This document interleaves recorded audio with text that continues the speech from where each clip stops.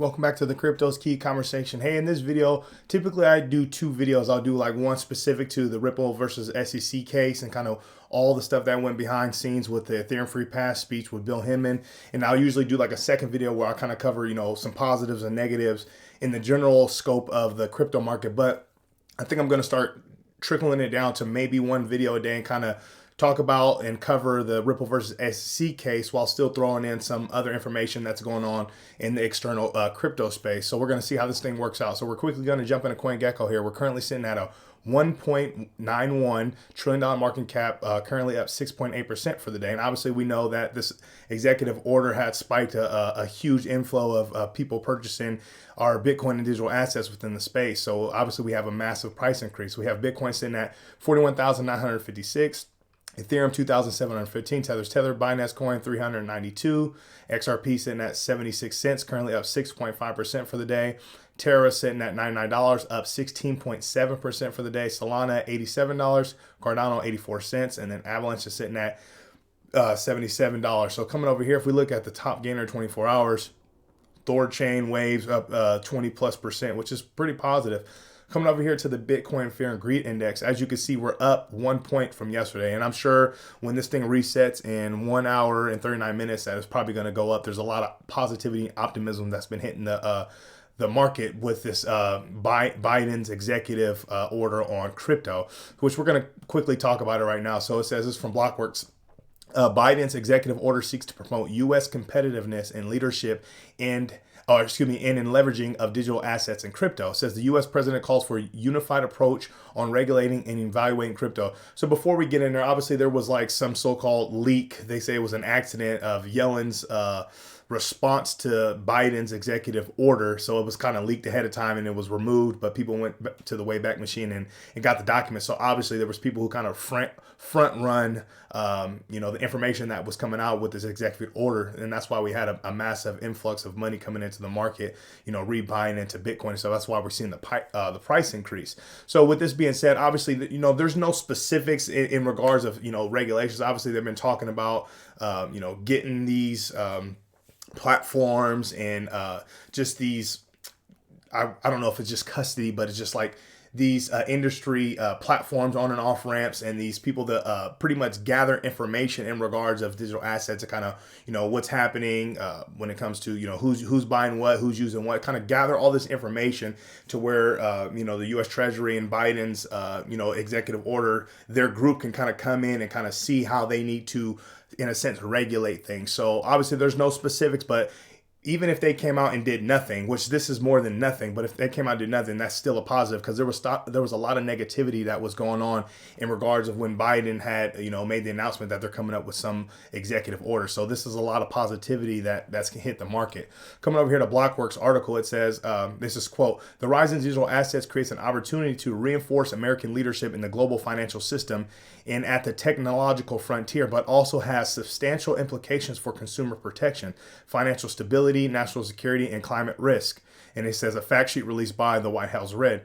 So it says, quote, we hope meaning the executive order leads to a future regulatory state where existing agencies have more clarity on how this existing regulatory framework can and should be applied to the blockchain industry and the identification of any gaps. So obviously that's what I was just talking about, getting these agencies to gather all their information and then, pretty much funnel it all to, the appropriate parties in this executive order to where they can kind of formulate a regulatory framework so they can so-called level the playing field. So coming out here says, quote, under the executive order, Treasury will partner with interagency colleagues to produce a report on the future of money and payment systems. It says, we'll also convene the Financial Stability Oversight Council to evaluate the potential financial stability risks of digital assets and assesses whether appropriate safeguards are in place. And because the questions raised by digital assets often have important cross-border dimensions, we'll work with our international partners to promote robust standards and a level playing field. So I'm a huge XRP investor. I've been following the case, been a part of the class action lawsuit, and the level in the playing field has been the big cry that's been coming out from the community. It's not just about, Ripple and XRP. It's about the entire, crypto space. So to have this knowledge and this verbiage and this communication coming out of this executive order is absolutely massive, and it's a positive thing, especially around the world. It's not just about the U.S., international partners as well, to promote a robust standard and level playing field. That's everything we want. We want that regulatory clarity so the space knows how to operate and how to move forward on a positive and investor protection, in that light, in that positive light. Coming over here, this is from CoinDesk. It also had an article that's talking about the Biden's issued long-awaited U.S. executive order on crypto. It says, here goes the takeaway. U.S. President Joe Biden signed a first-of-its-kind executive order on cryptocurrencies on Wednesday, directing federal agencies to coordinate their approach to the sector. The executive order does not lay out specific positions the administration wants agencies to adopt or impose new regulations on the sector. One part of the order will direct the Treasury Department to create a report on the future of money, including how the current financial system might not meet consumer needs. Coming down here, it says, quote, at the same time, however, digital assets can also provide opportunities for American innovation and competitiveness and promote financial inclusion. That is absolutely massive. That's a huge words right there.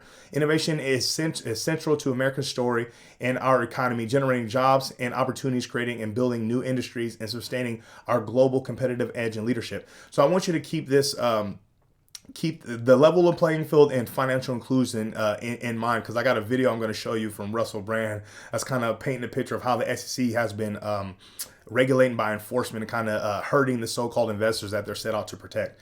But I just wanted to cover this positive. And come over here, it says, this is from Senator Cynthia Lummis. She says, Biden's order misses the fact that the majority of crypto users are trying to make our financial system better. I mean, obviously, we like the space. We see the innovation and how it's affecting our everyday lives. And there's a lot of upside and positivity in regards of the crypto and digital asset space. So I'm glad that Senator Cynthia Lummis had said this, because we're about better, finding better ways, more efficient ways to do things, to better our lives, to make things easier, cheaper, fees. And now we're talking about, the ESG has been a big conversation when it comes to Bitcoin mining and stuff. It's like, if there's ways to be better and to do things more efficiently and to protect our environment at the same time, while still, meeting our own personal financial goals in our own households and our own family, that's what this space can truly offer. So I'm glad that, Cynthia Lummis kind of sees there's more than just us, trying to invest and make money. It's like we see the upside and the greater side of life when it comes to the digital asset space. Brad Garlinghouse had a tweet thread here, says, like many of you, I thought the Biden administration executive order would acknowledge crypto, but not detailed specifics on next step for regulation. So that's just what we were just talking about. It's like, there's really no specifics, but it's still a positive. So, but until we have specifics for regulatory clarity, that's when the fireworks are really going to start taking off. However, I was pleasantly surprised and inspired by the executive order acknowledging the need for evolution and alignment of the government's approach to crypto. Absolutely. And this is Brad Garlinghouse. I mean, he tends to be a very positive person, and kind of, yes, he's going through a lot with the Ripple versus SEC case and, the scrutiny that he's coming under. But he tends to be like a positive person and kind of seeing just light and positivity in kind of dark times. And for him to, come out here and say, yeah, we didn't get exactly what we wanted, but, here I'm acknowledging that, hey, this is awesome that they're seeing that there's an evolution of alignment of the government's approach to crypto that needs to change. That's absolutely massive. This goes first. He says, first and foremost, this is an affirmation that crypto is here to stay. Absolutely. Thoughtful policy involves timely input from players, and there's a lot. Across the federal government, I don't want to mistake activity for progress, but this does feel like it could be a turning point. I agree. He says, the White House finally says what we in the industry have been saying for years. If the U.S. wants to maintain its status as a responsible tech leader, it needs to provide a clear regulatory framework. A clear regulatory framework. That is massive for an industry that exploding in growth. 40 million Americans and counting. So there's way more than 40 million Americans that's been invested into this space. But, that's just a statistic that they put up. It says years of damage done by the SEC's siloed regulation by enforcement approach can be undone through collaboration between all agencies. Ripple stands ready to educate and assist. If we are to catch up with the rest of the world, we need a prompt and decisive action ASAP. hands down, he hit it on the head with just this small tweet thread, acknowledging the positivity within the executive order, knowing that, hey, this is what we've been asking for years. We've been literally begging for a regulatory, framework, leveling the playing field, let everybody know how to go forward in a positive way and do things the right way, staying on the right side of the law, on the right side of history, right? Trying to protect, the investors that are looking to invest into the space. So he hit it on the head. Coming over here, I wanted to touch on this article from Cointelegraph. It says Treasury to launch financial education initiative around crypto investments. It says more education and awareness for crypto assets investing would be helpful. So this is from Treasury officials. So one thing that I preach on this channel is there's more than just, us investing into the space and the space kind of just going on doing its thing. Obviously, we need regulatory clarity, leveling the playing field, having that framework, all that stuff, right? But the big thing is that there's millions of people that aren't aware of this space. And a lot of it is due to fear. Yes, there's, been a lot of people that's been coming into the space. There's been a lot of, eyes on the space, a lot of adoption, big players like Apple, Google, Walmart, Kevin O'Leary, and, other big corporations and businesses and big players in the industry have been really adopting and, buying into this space. But it's like, education is where it's at. Once we can educate, the masses and continue to educate people just like we are on our YouTube channels, that's when things are really going to turn within this space. Like I said, we are currently at a $1.91 trillion market cap. The more we continue to educate people, the more they because they're educated, they're going to be more enticed to learn more about the space. They're not going to be as wary or afraid to dive in and start playing with things, start, getting on like Coinbase or other, onboarding platforms and kind of getting their feet wet with things. And once they get more comfortable utilizing the space and seeing what the space has to offer, they're going to dive deep in just like the rest of us, which is going to increase the entire, the entire space, the adoption. And not only just the investors, but just the people sitting on the sidelines that are, educated enough or brilliant enough to work within the space, to work for these blockchain technologies. Once that regulatory clarity comes out and the space and people are continuing to be more educated and the space has that regulatory framework that brings in more trust and validity to the space, that's going to bring in more of these workers to, help the development and innovation within the space to build out these companies and to build out these projects so they can, fight the good fight and, have their use case and utility change the world. There's so much positivity when it comes to, this education within the space. So there's some quotes here. It says, we're hearing more and more about investors and households who are purchasing crypto assets, and we recognize the complexity of how some of these assets operate. Quote, if they were more focused on financial literacy and skills training and workforce training, that would be acceptable, but they are mostly focused on consumer protectivism. And there's another quote that says, we're just trying to raise awareness without trying to stamp on new technology and new innovation. So I think education is massive, and I think we truly need to push forward as fast and as hard as we can when it comes to the education within the space. Coming over here. So remember I told you to remember, I want to make sure I pull up the words here. Oh, did I miss it? Oh, financial inclusion and leveling the playing field and investor protection that the SEC so-called, claims that they're doing, but they're hurting investors. Let's take a listen into Russell Brandon, what he has to say here. If you're so worried about it, don't fucking invest in it. The thing is with cryptocurrency, and what we need to protect you from, is that we can't currently regulate it and therefore predict its behavior and therefore accurately know when and how we should invest in it and therefore increase our own profits. You can see that would be a problem for us. We've got to protect you. We've got to protect you from us ever being poor and therefore beholden to you for money. And that would mean, I guess, we'd have to do what you wanted instead of what we wanted. And you can see why we'd want to protect you from that. So he's saying, so this is from Crypto Bag Boy says, someone explains it, finally, someone explains it like it's why regulators want to protect investors from crypto. So he's pretty much stamping on kind of these so-called, hey, we're here to protect investors, but it's like, really? Or are you kind of stifling their ability to invest so you can continue to pad your pockets into where the investors continue to stay in the financial and, financial position that they're in? Thought that was pretty hilarious. Coming over here, Johnny Deet's talking about some Ripple stuff here. He says, many people criticize Ripple for choosing cross-border payments as the company's focus and not smart contracts. Why choose the harder path of disrupting a half-century Swift legacy banking system built on fees from friction? How receptive is a bank on losing those immediate fees? So he's responding to an Eleanor Tarrant tweet where she says, quote, a United States CBDC may have the potential to support efficient and low-cost transactions, particularly for cross-border fund transfers and payments.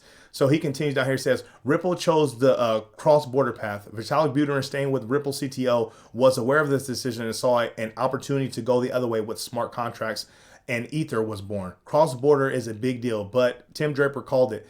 They get their government friends to sue. So obviously us that's been following the Ripple versus SC case, as a community, we pieced together the Ethereum free pass timeline. We have the timeline. We have the facts that are undisputed still to this day. We've been kind of piecing together everything. And what Tim Draper says in here is absolutely 100% is what we're experiencing right now as XRP and Ripple investors. So let's quickly take a listen into this again. Jamie Dimon, so let's bring it back to Jamie and JP Morgan.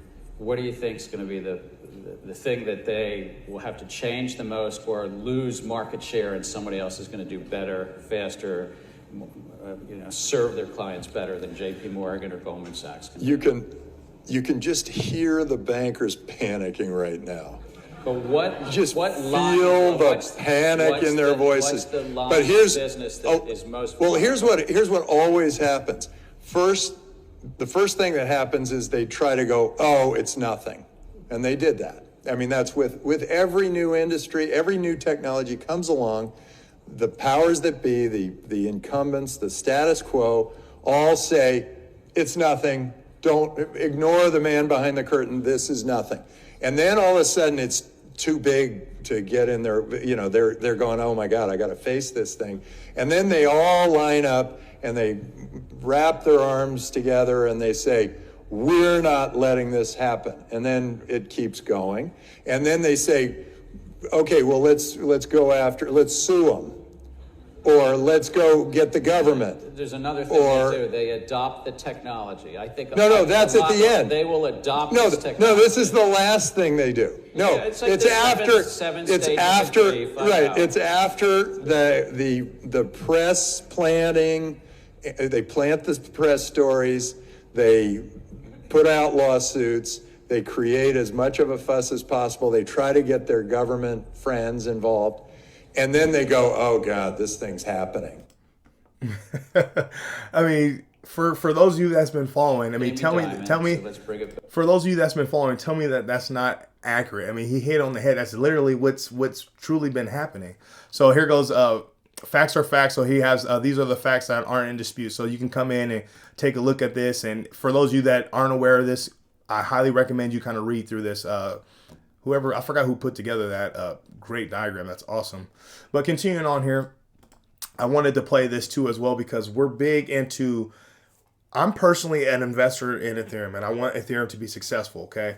But I know that with this Ethereum free pass, all the parties involved from, the SEC to Bill Hinman to former chairman Jay Clayton, Joe Lubin and Consensus, JP Morgan, everybody that's involved in this Ethereum free pass, them trying to get Bitcoin and Ethereum out from under securities laws and slam the door on everybody else.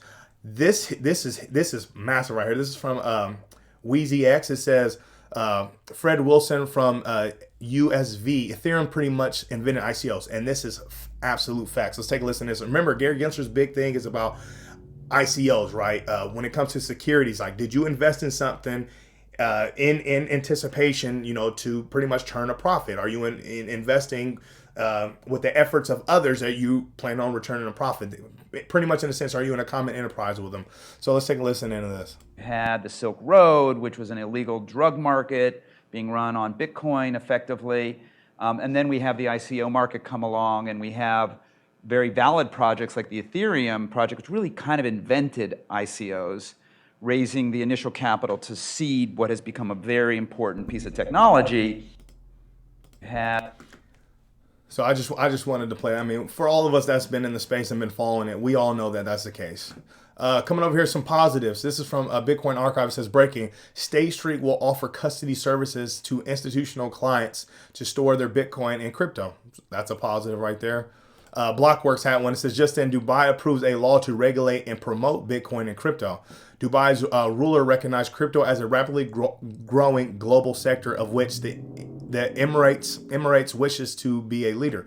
So right here, last one, guys. I know it's a long one. I just wanted to throw this up here because we talk a lot about, the metaverse, and, all these major corporations and companies diving into the metaverse. NFTs have been mainstream. Obviously, LeBron is a big deal in the athletic basketball space. So it says, new, LeBron James has filed 4 NFT and metaverse trademarks.